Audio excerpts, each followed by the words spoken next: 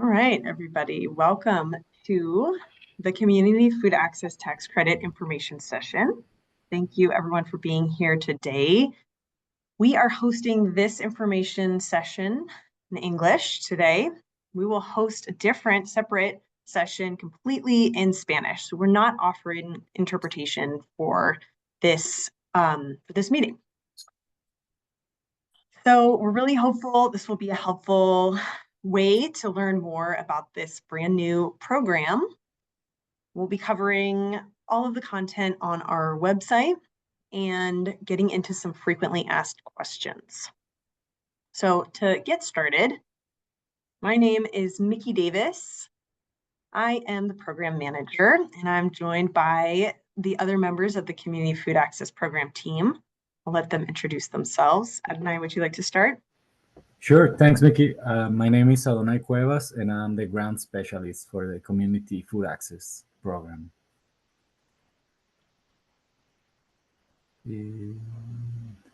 Michelle, would you like to introduce yourself? Sure, absolutely. Hello, everyone. I'm Michelle Meyer. I'm the Senior Program Manager overseeing the food and agriculture programs within the Markets Division. Thanks so much for joining us. Thank you both. So I'll be leading the presentation. Michelle will give will present a few slides, and Ad and I will be giving the entire presentation in Spanish next week. So great to meet everybody here. I just want to say the best way to contact us is here on our screen. Our email address for this program is cda_cfa@state.co.us. Please send us your questions, your comments, your curiosities about this brand new program to that email address.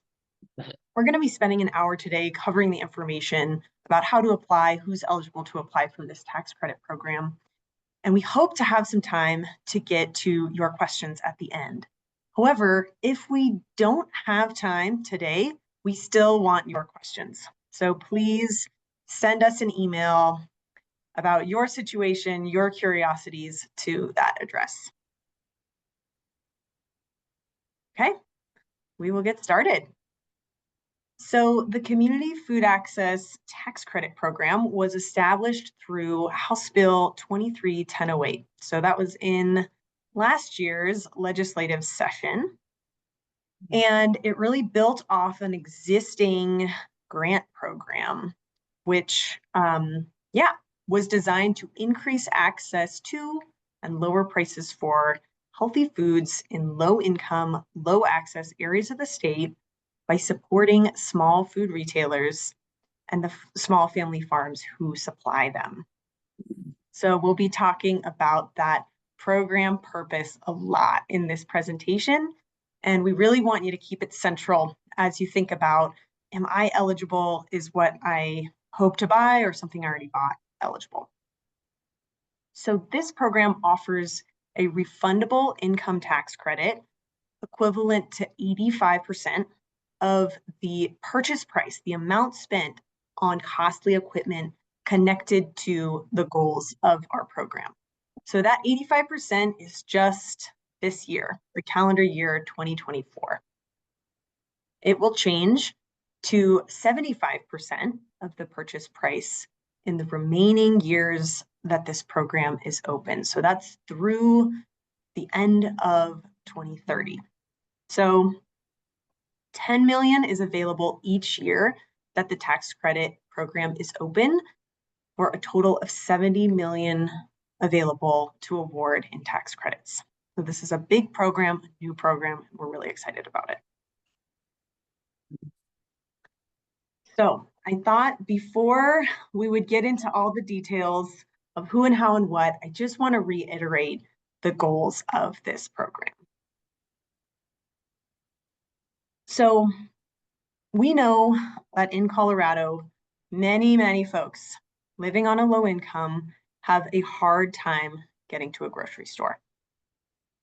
Folks have to spend hours either in their cars or on public transportation just to get to a place where they can buy everyday staples like fresh produce, healthy proteins, a gallon of milk, etc. So obviously this is really challenging and creates an extra burden on folks who are already living on a low income. So this program is designed to help address this problem by supporting the small food businesses that are in those low income, low access communities. So you'll see here a really generalized version of this problem to exemplify what we're talking about here. So folks living in communities all around the San Luis Valley, we know have to travel all the way to Alamosa. We hear this over and over. This is a really long trip sometimes. So what we are looking at with this program is if there is a small independent grocery store, a corner store, a convenience store in these smaller communities that wants to purchase a piece of equipment, let's say it's a produce display case that helps them carry more fresh products, improve the quality of those fresh products, and maybe even decrease the price of those fresh products. That's a perfect example of an eligible business and an eligible equipment purchase. Another example, a farm stand in that community that wants to buy something to help them extend their hours or expand the amount of products that they can offer at their farm stand. That's a great example of how a small food retailer in that community can kind of reinforce what they offer to maybe help reduce the number of trips someone in that community has to take all the way down to Alamosa to go to the big supermarket, right? Another example of something that would be eligible is a local farm in this community who supplies products to the grocery store or to the farm stand. If this farmer bought a piece of equipment that helped her expand the amount of product she's able to grow and supply to these small food retailers in this community, that's an example of something that would be eligible. So I'm reiterating this because this is so important to remember that this is the central problem that this program was set up through legislation to try to address. So this concept needs to come through in every application that's awarded. How has the equipment purchase moved the needle on this issue? So we're going to go through the steps of applying and receiving the tax credit. So the first step is to find out if your business is eligible. So this program is open to small food retailers and small family farms. Small food retailers are defined in the legislation as independent, Colorado owned and operated, having less than 10,000 square feet of retail space, carrying 3 out of 4 of the federally defined staple foods. We have those categories listed on our website, but briefly, they are proteins and meats, dairy, fruits and vegetables, and I knew I would forget this last one as I was on the spot. Grains, produce, dairy, and meats. So those are the 4 categories. So an eligible business needs to carry 3 out of those 4. A small food retailer is also defined as a farmer's market or a farm direct operation, like a farm stand or a CSA, that is already or demonstrates intent to become SNAP and or WIC authorized. A small family farm is also an eligible business, and that's defined as a Colorado farm that has an annual gross revenue below $350,000. And all of these businesses need to be in or serve a low income, low access community. We'll talk about that in a minute.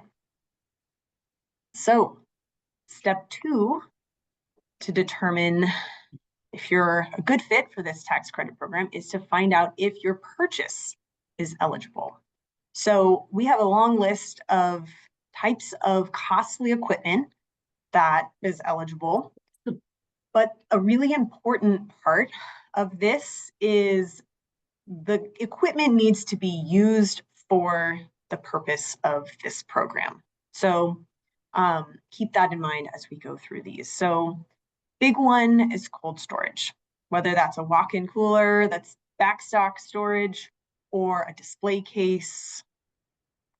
Lots of types of refrigeration freezer units are prime examples of what's eligible. Display shelving, display cases, scales, point of sales machines that are compatible with WIC and SNAP are eligible. Food preservation equipment that can extend the availability of healthy food beyond the harvest season. That's an example of equipment that would be eligible.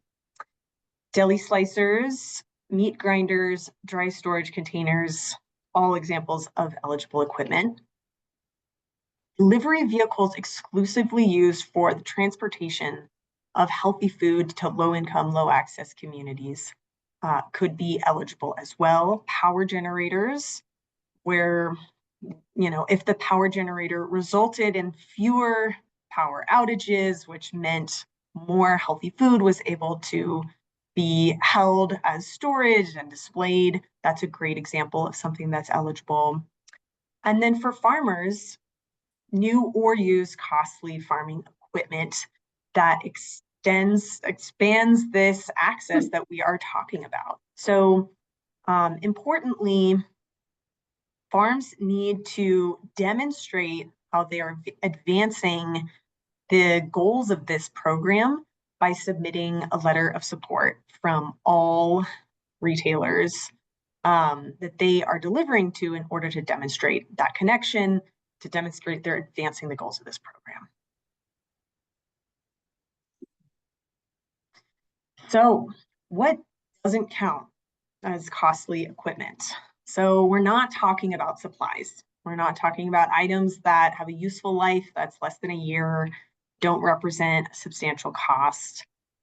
We're not talking about vehicles that aren't exclusively used to advance this goal.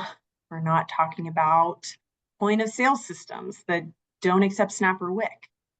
And then any equipment that's not being used for the goals that we are talking about. So if it's not being used for healthy food, so if it's being used for alcoholic beverages, soft drinks, cannabis products, non-edible products, hot and ready to eat foods, that's not within the scope of our healthy food definition.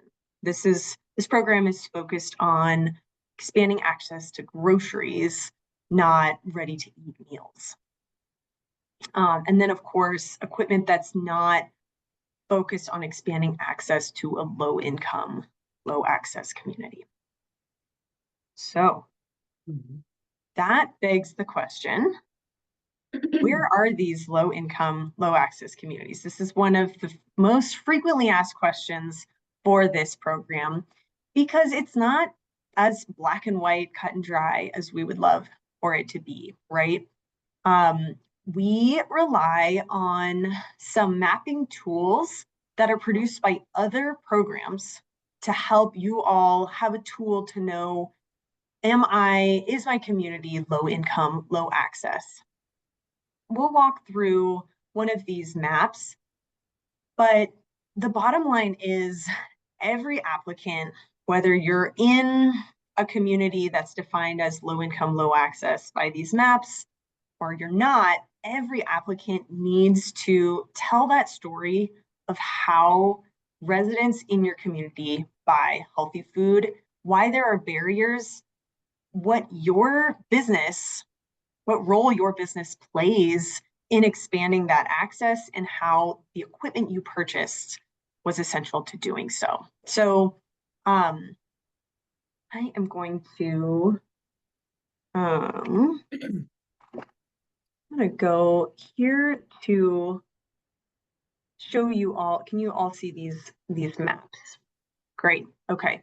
So you'll see 3 different maps linked on our website, and I just want to sort of show you what they look like. So if your business is in a tribal area as determined by this map, please state that in your application. That's strong evidence to suggest that your business is in line with the goals of this program. I think this map's fairly straightforward. The other map is referred to as the QCT map, the Qualifying Census Tract map.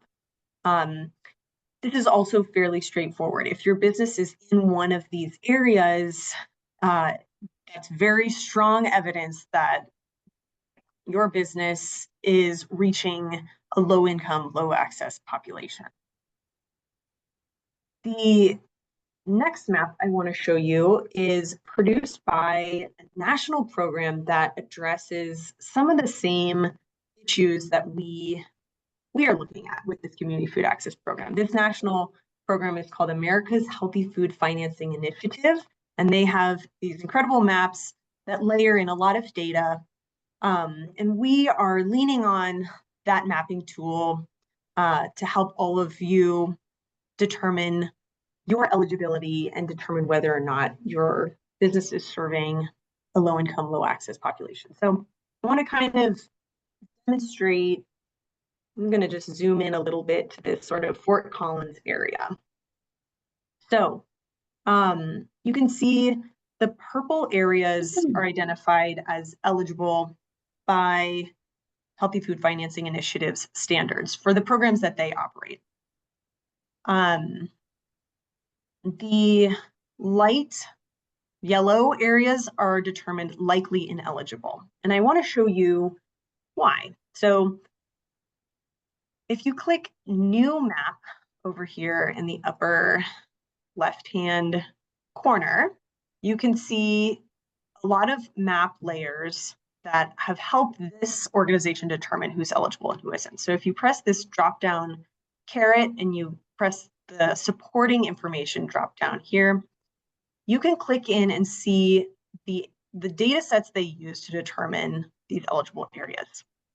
So I'm going to click on the USDA's 2019 analysis of low-income, low-access communities. So here you can see low-income, low-access communities as determined by that 2019 analysis. They looked at, poverty rates in connection with distance to the nearest grocery store. So this is one of the map layers that factor into this tool. These map makers also layered in the median family income as a percentage of the area median income. So looking at this map layer, you can see that the lighter purple areas are the lowest income. It's widely determined that an area median income below 80 is considered very low income. So that was factored in as well to this program's eligibility. You can also see the limited supermarket area analysis. I believe this was conducted by the Healthy Food Financing Institute themselves. So you can see here, they've determined which areas have limited access to supermarkets based off of that analysis. So all three of these layers were factored in, and then adjacent census tracts were also included in their eligibility requirements. So you can see when you click on the entire summation of all of their eligibility determination, you can see that a lot more census tracts are deemed eligible because they're adjacent to one of these very low income, low access, or low supermarket area census tracts. So I hope this helps to sort of illustrate how this map was built and can help you, as you are writing your application, understand some of the data going into determining this eligibility. So hopefully that was helpful to you. And again, these maps are offered as a tool to help you tell your story, to offer some data about, what the story is in your area And this is what we want to see in your application. In addition to that, we want to hear anecdotes. We want to know what it's like for people in those communities traveling to get food, having what kind of access they have. All of this will help you tell your story about how your equipment that you purchased has helped expand and alleviate some of those issues. So hopefully that is a little bit helpful. We do understand that this is hard though. And we're really lucky to have the support of 7 different organizations who are offering technical assistance in various regions for this program. So these are organizations who live in your area, work in your area, know these issues really well, and they can help you tell your story. So on our website, there's a link to reach out to those folks who can help you, tell your story, talk about this data. I do want to say there are likely many businesses who are not located in an area that doesn't meet the definition of low income, low access by any of the maps we provided.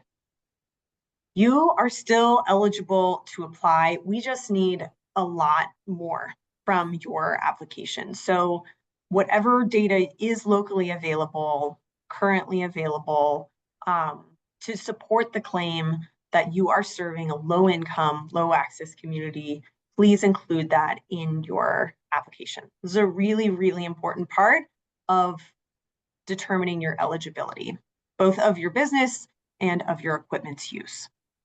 So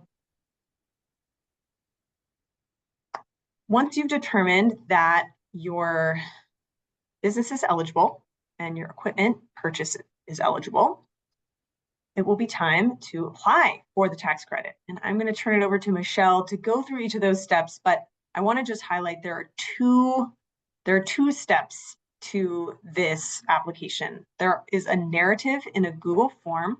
This is a set of questions where you're going to be talking about what the situation is like accessing healthy food in your community. And then there is a document submission step.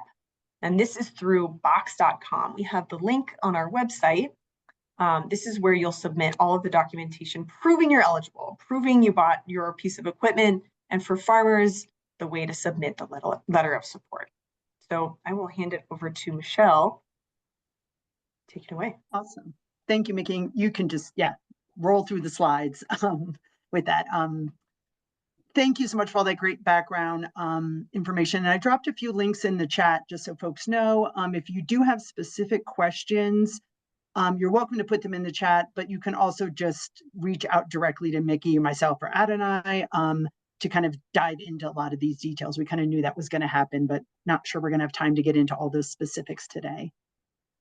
So back to the application, we really encourage you for that narrative part to read through that in advance, draft your responses. What happens if you've used Google Forms before is that if you go into it, start, and then get out, it won't save what you're working on, which is really frustrating.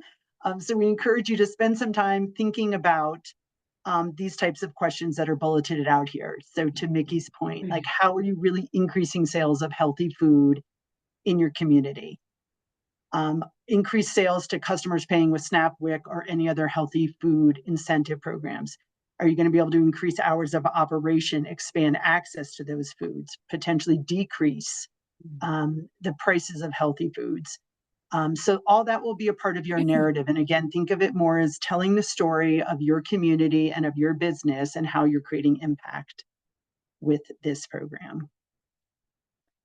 Specific to document submission. So there's the narrative part, and then there's the box.com part where you're uploading documents.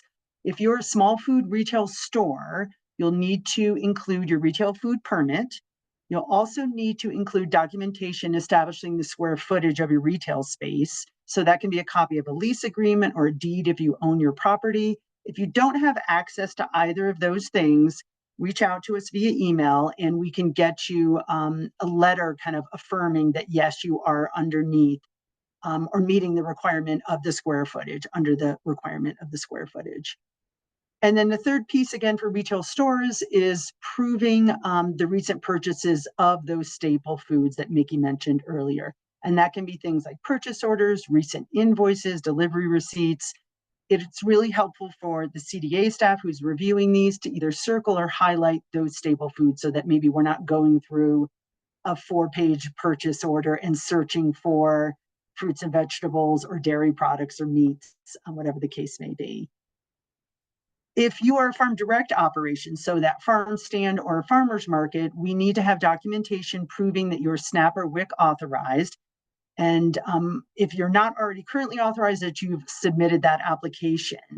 Please make sure you do black out or redact the FNS number just for privacy purposes.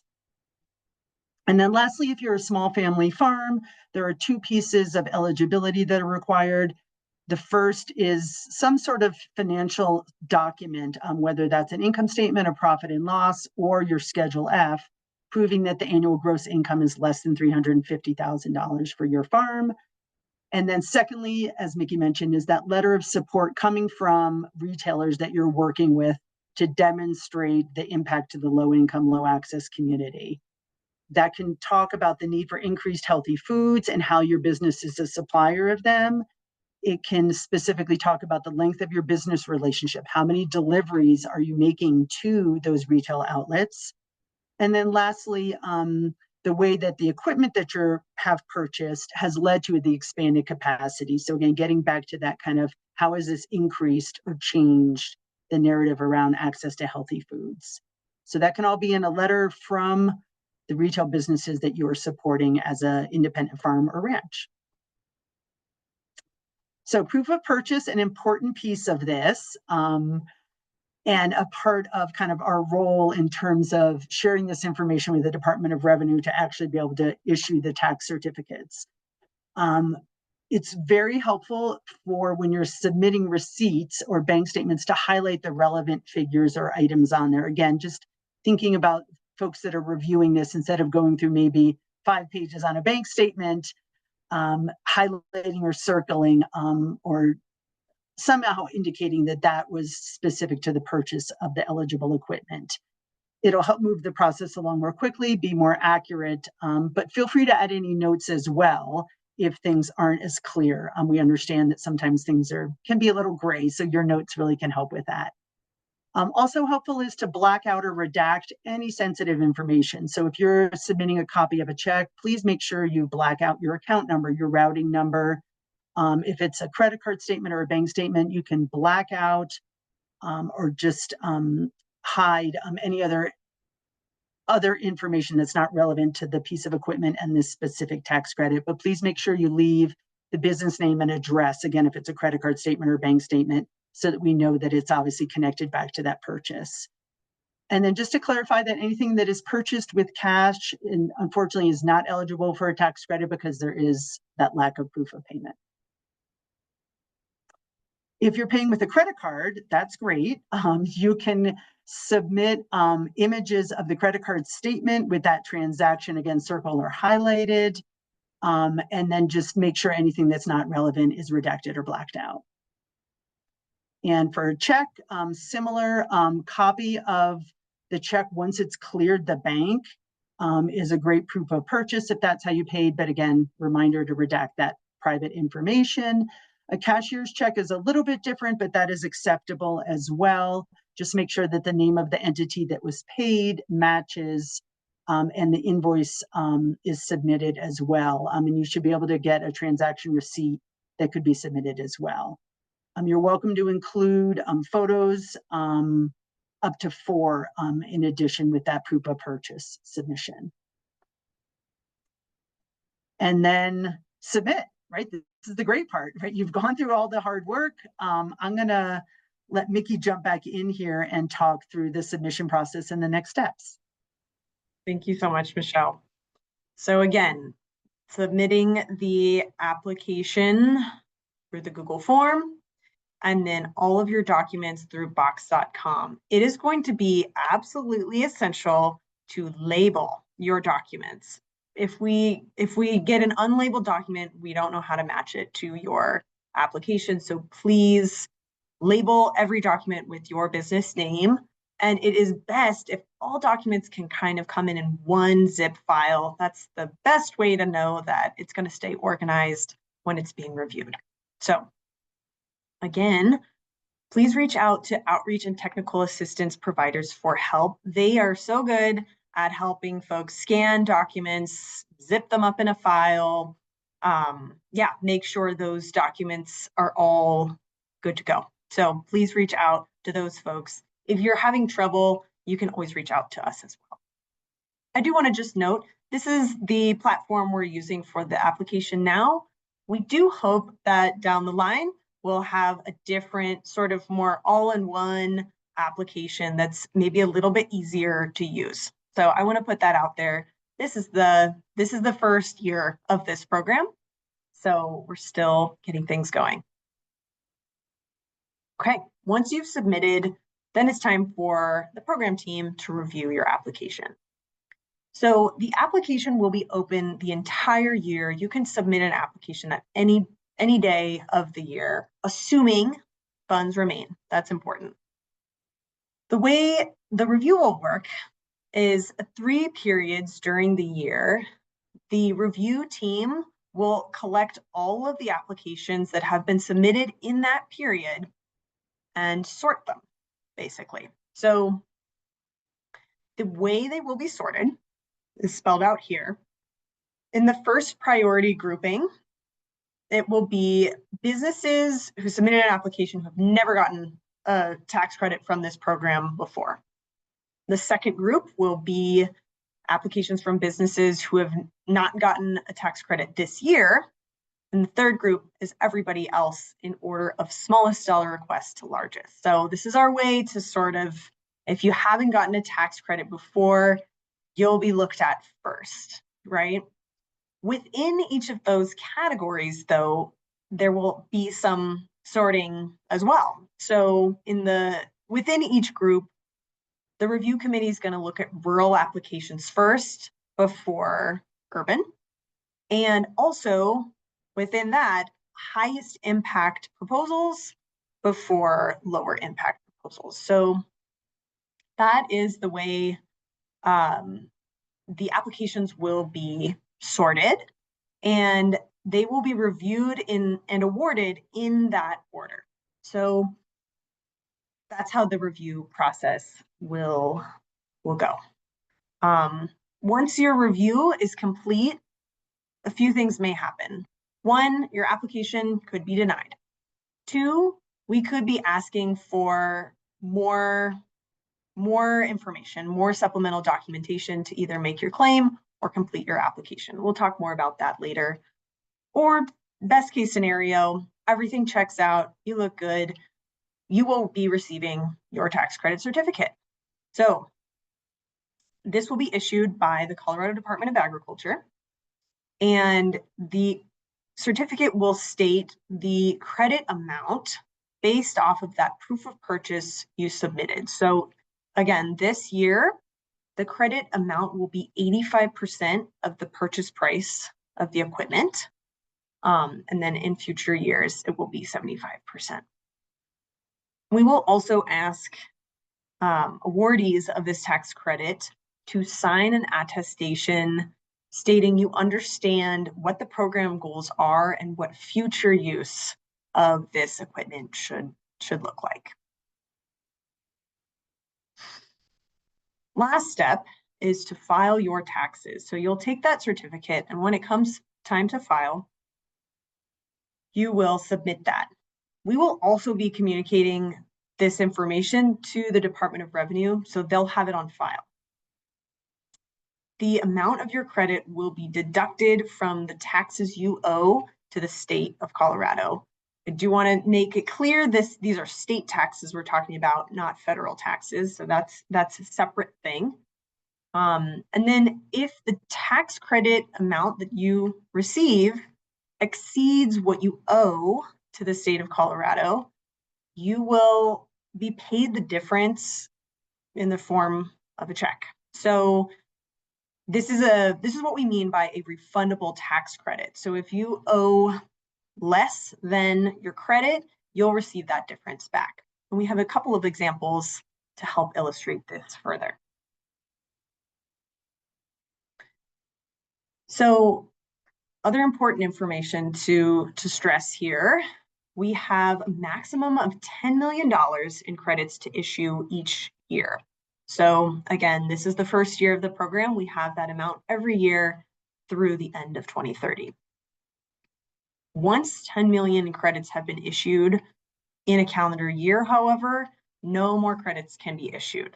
So that's really important to remember. And one big piece of this that we plan to do once this program gets rolling is display a tracker on our website. So you can go on there and see, okay, looks like almost all of the tax credits have been issued for this year. I think I'll wait to buy my expensive piece of equipment till next year to increase my odds of getting that tax credit. Or you can go into the website and say, I'm an eligible business. This is an eligible purchase. It's going to be used for the goals of this program.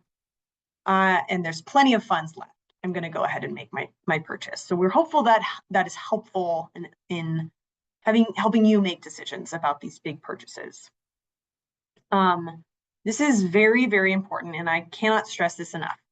The equipment must be purchased in the calendar year for which the certificate will be issued. So we cannot issue a tax credit for equipment that was purchased in a prior year. So this is really, really important to remember. And then we will also be measuring the impact of this tax credit program. So we may send you as a tax credit awardee a survey and come to visit to see what the impacts of this program are.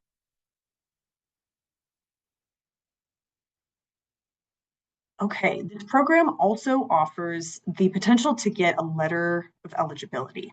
So if you're an eligible business and you want to purchase something, but you're not quite sure if it would qualify for a tax credit, you are always more than welcome to reach out to our program team, your outreach or TA provider. But you can also fill out a form. We're calling it the eligibility request form that sort of lays out, okay, this is who I am. This is what I want to do. This is what I want to buy. Would that be eligible? And the review team will take a look at it and issue letters of eligibility, as appropriate. So we process those on first come, first serve basis. And this can be really helpful to give you a little bit more confidence that what you want to buy would be eligible. I do want to note that it's not a guarantee, it's not a promise of actually getting a tax credit. That tax credit is dependent on your business actually purchasing the equipment, funds being available, your business using the equipment appropriately and demonstrating that. So the letter of eligibility can be helpful, but I do want to stress it's not a guarantee. Okay, so I'm going to go through a few examples of the impact that this tax credit can have for your business. Do remember in these examples, they all assume that there's enough funds remaining that year. The business submitted a complete application and demonstrated the proper use of equipment and the impact of this equipment purchase towards the goals of this program. It also doesn't really look at or consider the fact that this business maybe got other tax credits from other programs. We're just looking at Community Food Access Tax Credit Program. It also assumes that the year is 2025 and the tax credit amount is 75% of the purchase price. Okay, so Joe's Market is a small food retailer in a low-income, low-access area. And Joe's Market decides to buy a produce display to expand healthy food offerings in this small grocery store. And this display case costs Joe's Market $10,000. So let's pretend Joe's Market owes the state $10,000 in taxes. Joe's Market will get a tax credit equal to 75% of the purchase price, meaning that Joe only has to pay $2,500 in taxes to the state. So you can see how that tax credit really resulted in quite a bit of savings for this small business. Okay, another example. Maria's farm stand. So Maria buys a refrigerated display case for her farm stand, which she can show preserves the quality and increases the quantity of what she is able to offer at this farm stand, which happens to be the only place to buy fresh produce on her side of town, which contains a lot of residents who live on a low income and don't have their own car. So she's really proving that she's a vital resource to her community as one of the only places to buy fresh produce. So this refrigerated display case, like Joe's display case, costs $10,000. Let's imagine that Maria's farm stand owes $5,000 in taxes. So with this tax credit of $7,500, Maria doesn't have to pay the $5,000 that she owes to the state, and she receives a check with the difference back. So again, you can see how the savings of not having to pay that $5,000 in taxes is going to be really helpful for Maria's business, and a nice $2,500 check helps quite a bit too. Okay, last example. So Alex's farm is located near a low-income, low-access community, or in it. And she sells her products to farm stands and small stores in this community, right? So this is a community in a rural area that struggles to receive deliveries from mainline distributors. And this is a common story where it's really hard to meet the order minimum to receive a delivery. So these stores are dependent on Alex's farm to supply them, right? And she's able to demonstrate that and prove that. She's got letters from those retailers showing that. So she wants to increase the amount of product that she can sell to those retailers because she knows how dependent they are on her. So she buys a tractor implement that increases her production by 50%. This tractor implement costs $10,000. Alex's farm owes $0 in taxes to the state. So with this credit, she receives a check for $7,500, which is awesome. So hopefully those examples help to illustrate what the impact to these businesses would be. Jay, I'm going to go ahead and take your questions since you were so helpful in helping us think of these examples. Go ahead.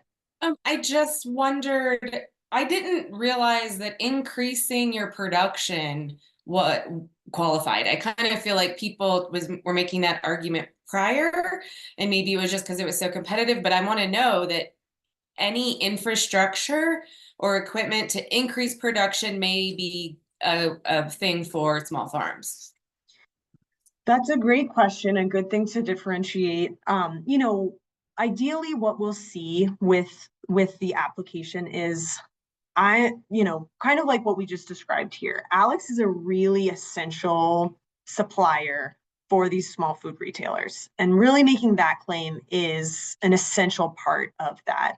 And if Alex can submit letters of support from those retailers saying, we rely on Alex's food. When Alex doesn't supply us product, we don't have product to sell to our community. So the fact that Alex has increased her production has made a big difference for us. I don't know if that is helpful, but that connection to the retailer is so important for farms. Cool. Thank you, Jay. And just to give credit where credit's due, Jay came up with these examples to help illustrate this concept.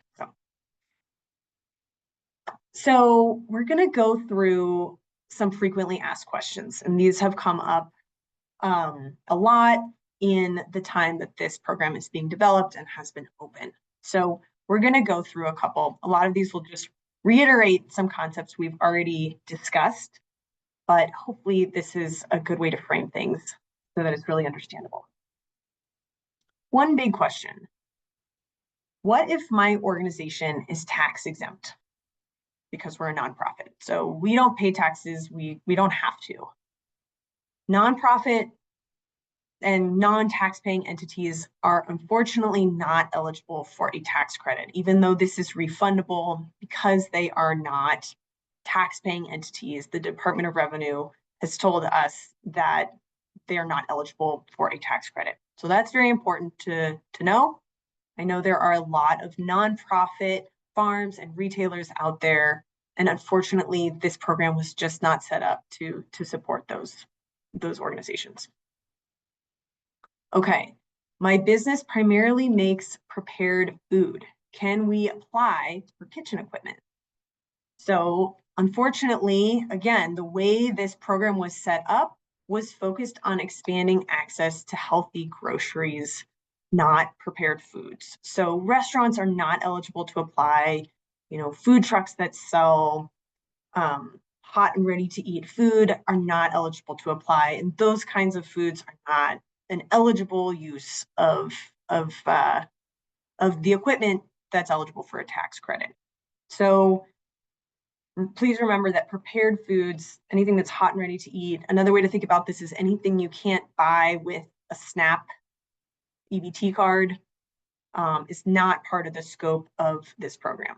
I do want to say that if an eligible business like a farm stand or a farm or a small food retailer store wants to buy an oven or a dehydrator or other food prep equipment, this could be eligible, but they've got to demonstrate that the primary use of that equipment is for processing foods so that they can be sold as groceries.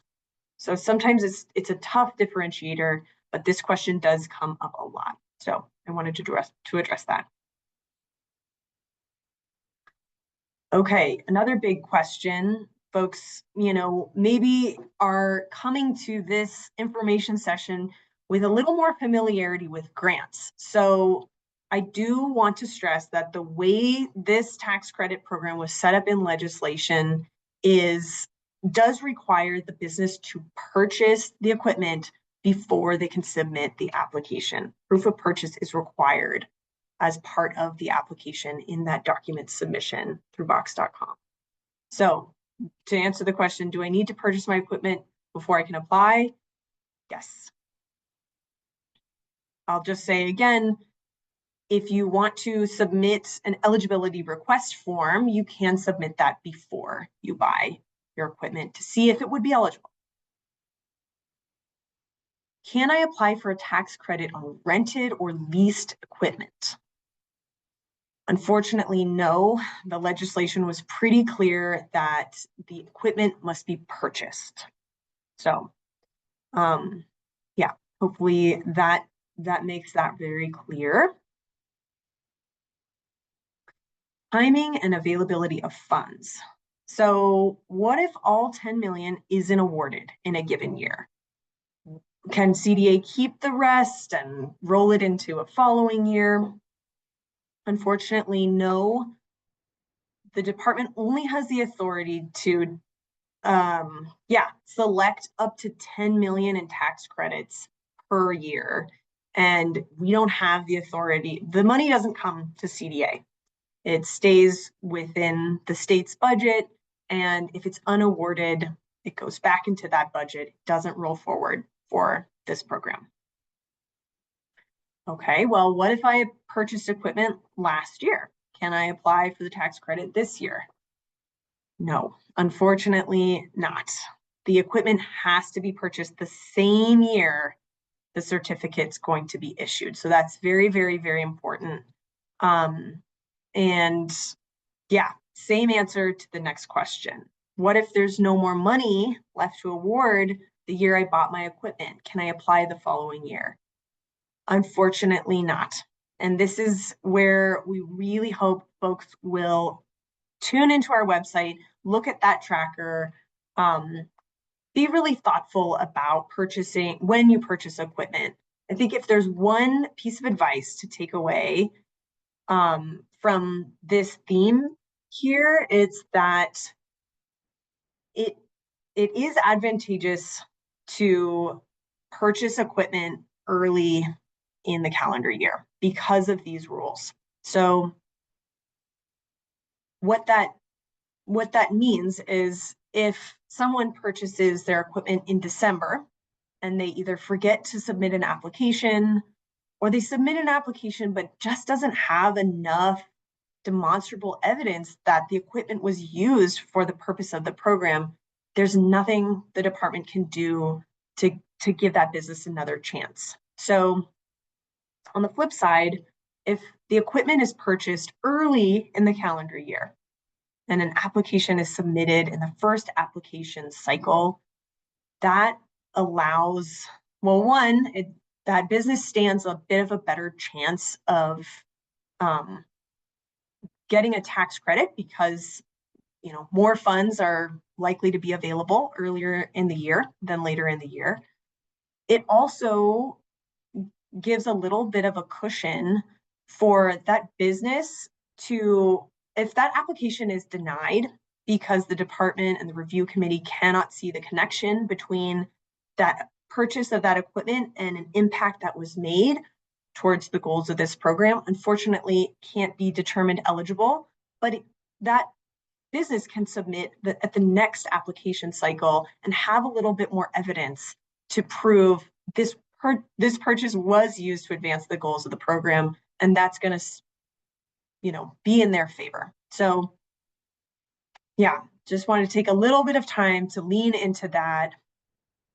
And by no means do we want businesses to rush to make a purchase that is that they're depending on a tax credit to be able to pay for. Okay, questions about the eligibility request form and the letter of eligibility. Do I have to submit one? No, it is totally optional to submit one. It could be helpful though, as we've mentioned.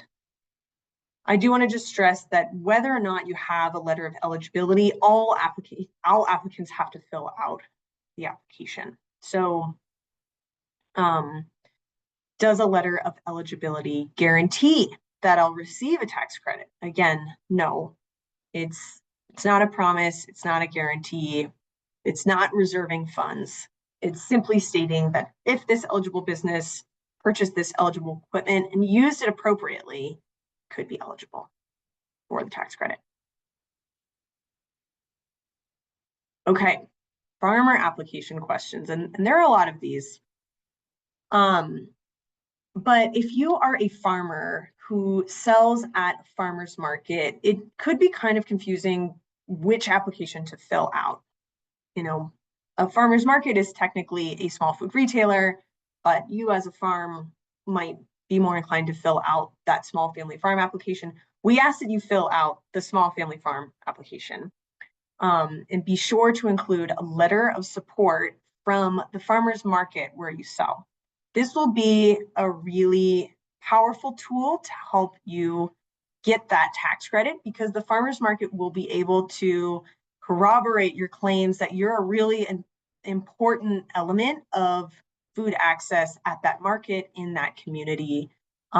It's a very powerful thing to have a farmer's market say, this farm is the only egg supplier at our market, and they're a reason why a lot of folks who shop with Wick and Snap come to our market. That's just an example I pulled out of thin air, but whatever is true for your role at the farmer's market, please have your farmer's market, express in their letter. So please fill out that family farm application if you are a farmer and your main outlet is selling at a farmer's market. So this is a big question. How can I prove that my farming equipment that I bought is primarily used to expand opportunities to advance the goals of this program? Well, the biggest message is working with those retailers that you supply is going to be so valuable. That's why these letters of support really carry a lot of weight in your application. So kind of along the lines of Jay's question, how do I make that claim? You're really going to want to talk about how your farm and your capacity to grow food is essential for the food needs of your community. So demonstrating that, did it make an impact? Were there more sales or more sales to folks shopping with SNAP? Were you able to sell more product to those retailers due to your purchase of this equipment? So, I recognize that a lot of farms have many outlets. So if your business has a lot of different sales outlets and sales to retailers in a low income, low access community don't represent the majority of your sales, this could be a hard claim to make. I do want to reiterate that the goals of this program are focused on retail food. So unfortunately, school food sales, restaurant food sales, and then charitable food outlets, so selling to food pantries, that's outside of the scope of the program, unfortunately. And that's kind of in line with the way the legislation was written. So this is challenging. I think please reach out to your outreach and technical assistance providers for support here, and don't hesitate to reach out to us if you're wondering, do I fall into this category of a farm buying equipment that could be eligible? Okay, a couple more questions.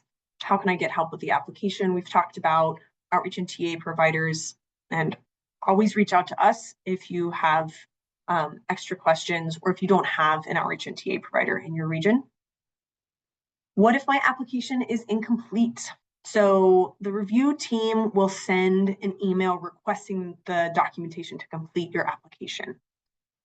If it is not provided within 15 business days, the review team has to consider the application abandoned. So you're always welcome to reapply at later points during the year if it's early in the year. Another thing I want to note, how important is it that I use my official legal business name as it's registered with the Secretary of State? This is very important. We are going to be communicating with Department of Revenue about who gets the award and for how much, or the credit and for how much. So we want to make sure that information is correct. So please take care to have your legal, official business name in your application along with your EIN.